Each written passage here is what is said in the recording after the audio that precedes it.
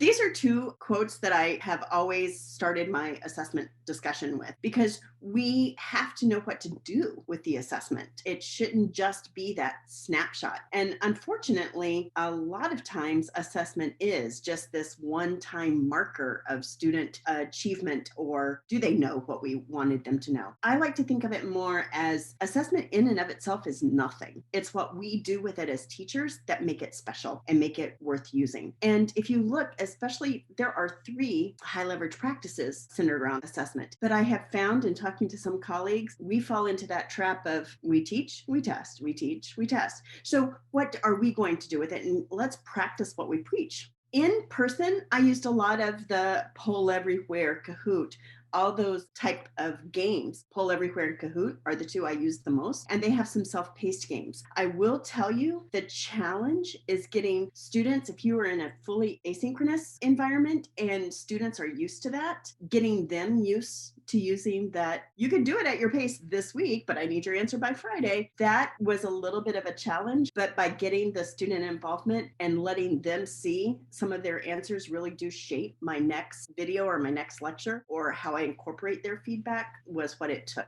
Whiteboards and response cards I use even in my undergrad face-to-face classes, as well as when I was a classroom P12 teacher. I love whiteboards, response cards, and doing that. I found I could do it with Padlet. And then the fun thing has been using social media for my exit tickets, and I'll share a couple of those in just a minute. So with Padlet, I teach our undergrad sped law class. And what I have found is that I gave them a case study, and then I tell them to go to Padlet and just post what do you think? Was the district out of compliance? Should we go forward? Or whatever the case study was.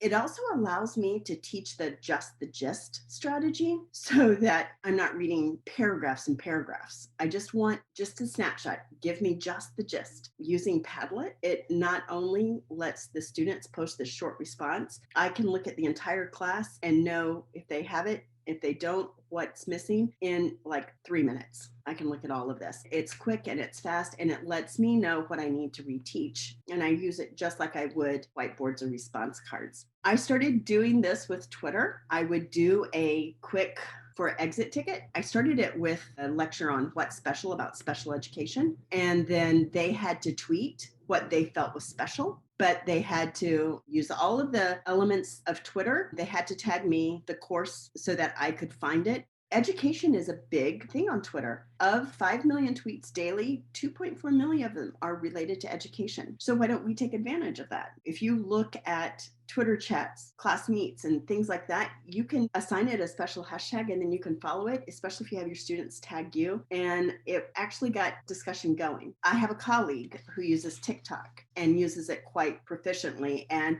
she will even do quick shout outs to students and things like that. And I find you have to go where your students are and what are they using. But these are things that I have tried to keep true to what I was doing in face-to-face classes or even some of my P12 because it worked. Good pedagogy is good pedagogy, right?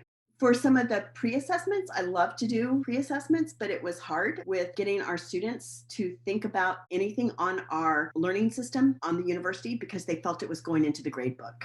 We use D2L, Brightspace. If I were to put a quiz on there, they were so hesitant. I would get lots of questions. We haven't learned this material yet. And then I would again explain the whole purpose of a pre-assessment. But actually, I have found of all of these, the one I get the most results on is when I send them a SurveyMonkey link. I get to be able to get the information I need, and it lets me take what they currently know and not spend a lot of time on it. Time is precious right now. Why would I want to spend a lot of time teaching just because I taught it that way last semester or last year? I want to make sure that I stay current and that stay relevant to my student needs. Even when I call things surveys or pre-assessments and do not use the word quiz, students are just so hesitant with the learning management system. For discussions, Flipgrid, if you haven't used it before, be very strategic when you start using it. You can set times for the videos, and I did not know that. Well, I knew that, but I thought, oh, who's going to really go on? They do. And I had a class of 30, and to sit through all of their responses, it was harder than if they were to write a paper. So I started reducing the time on Flipgrid. They've got 30 seconds. And then I started grouping them. And so that I would share links with just certain groups. This group is due on this date. And then I would wait a couple of days, and then the next group would be due, so that I could manage it better, still see everything, and give feedback. And then I always will post another video that lets them know that I've seen it and give them some feedback.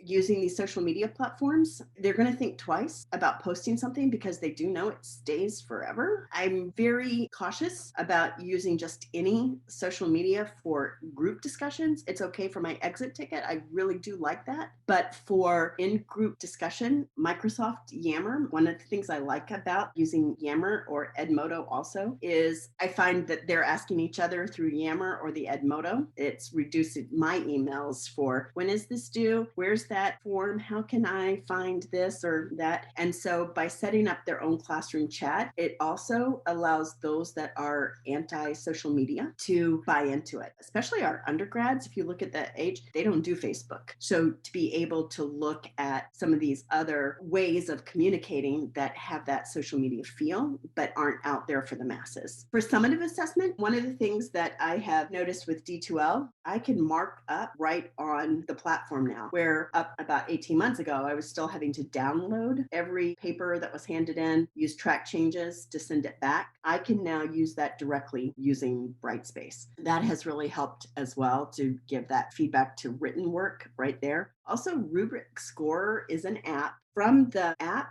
I can give it a score, provide the feedback, and then I can email this rubric directly to the student. And what I also like about it is I can see at the end, it allows me to analyze the assignment. And let's say like this student didn't do very well on the need statement. So I can look at across the board, where was my lowest score? It will give you group analysis where I can say, oh, look, on P2, the average score was a 2 or a 1.4. And so it allows me to look at the whole group to know maybe it wasn't the students, maybe it was how I presented that information, or this is a really hard topic and I need to spend more time. For those portfolios using Google Docs or LiveBinder. LiveBinder is a platform. The free version allows you to have up to 5 binders. If the students share a link with you, it doesn't eat up your binders. Each of these is a tab. It is actually put together like a 3-ring binder. And so there's tabs and sub-tabs where you can look at what the student uploads. So by looking at that, I can go to whichever unit we are working on and see the lesson plan that they uploaded. Having these type of platforms allows that ongoing conversation. Google Docs, I can do more track changes or suggestions. What I have done with LiveBinders, because I can't add to it, I don't have editing privileges because then it would be an expensive platform. I still encourage the use of LiveBinders because by the time this course is over, they have created 17 lesson plans that I would hope that they could then use one day.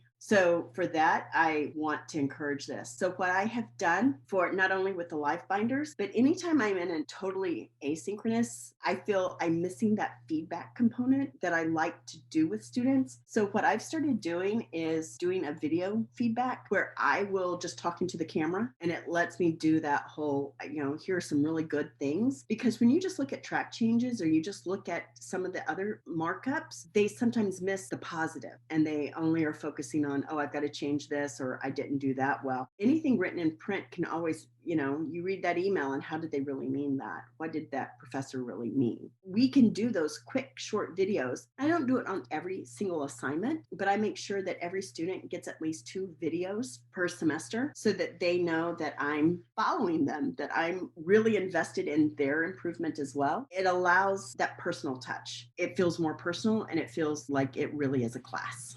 And of course, as always, if assessment is not supposed to be this one snapshot, what do you do with the data? You've got to practice what you preach. You want your students to be doing formative assessment and using it to change their instruction. So how are you doing it? So here's one of the things that I do. The formative assessment data that I've collected, we'll use that for grouping students and creating little mini PLCs, especially when I teach the special ed law class. I will divide the principles of IDEA up into, that's 6 modules. modules right there, and we'll rotate students and they will go through the assignments as a PLC. They'll do their readings, they'll answer some questions or activities. It also builds that collaboration that I want to see with my students. And sometimes I will pull small groups to do reteaching because that's what they needed. And again, always self-reflect. What do I need to do differently next time I teach this? What do I still need my students to know? I just wanted to share a couple of quick resources that I have found to be helpful around assessment. This list of characteristics of exemplary learning assessment, it's actually from an article. I thought it was a nice way to think about assessments, that they really are multidimensional, and that when we are creating assessments, whether it's in a face-to-face or online environment, that it would be good if we could try to create assessments that address these different areas. Particularly in teacher education, this idea of authentic assessment is, I think, one of the most powerful, when students can actually be demonstrating what they're learning through application and kind of practice-based assignment. This is actually a website. It's 53 ways to check for understanding. And there's some really neat ideas. I'm not the most creative person when it comes to some of these things. So the thought of like a summary poem, a mind map, some of these ideas I found were really, really creative. And it kind of just,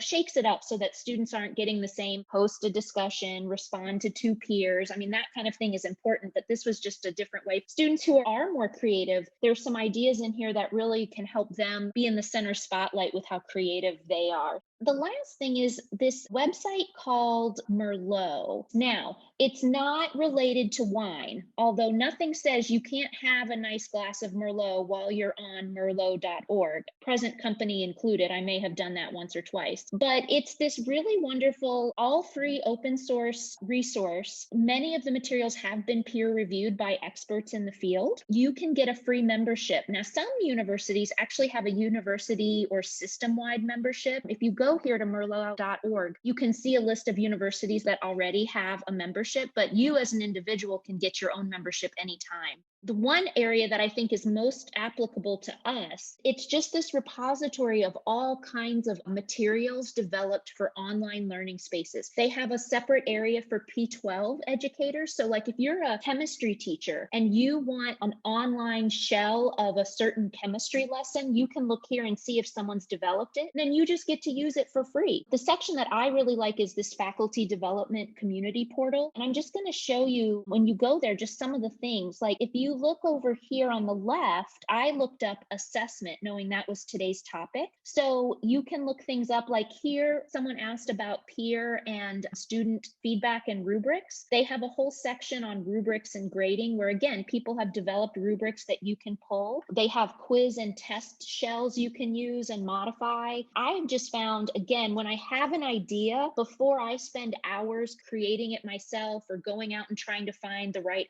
app to fit my idea, I'll come here to Merlot and just quickly look to see if someone else has already done the hard work for me. And then I can just take it and download it and make it my own. This is a huge, huge website. I'm not even scratching the surface of all that there is. They even have things specific to special education, students with disabilities. It also will link you to various articles, like if you just want to learn more about a particular topic or tool. So I really encourage you, if you have time, to sign up. Again, it's free. They don't contact you with spam or anything. Really take advantage of this. It could save you a lot of time down the road.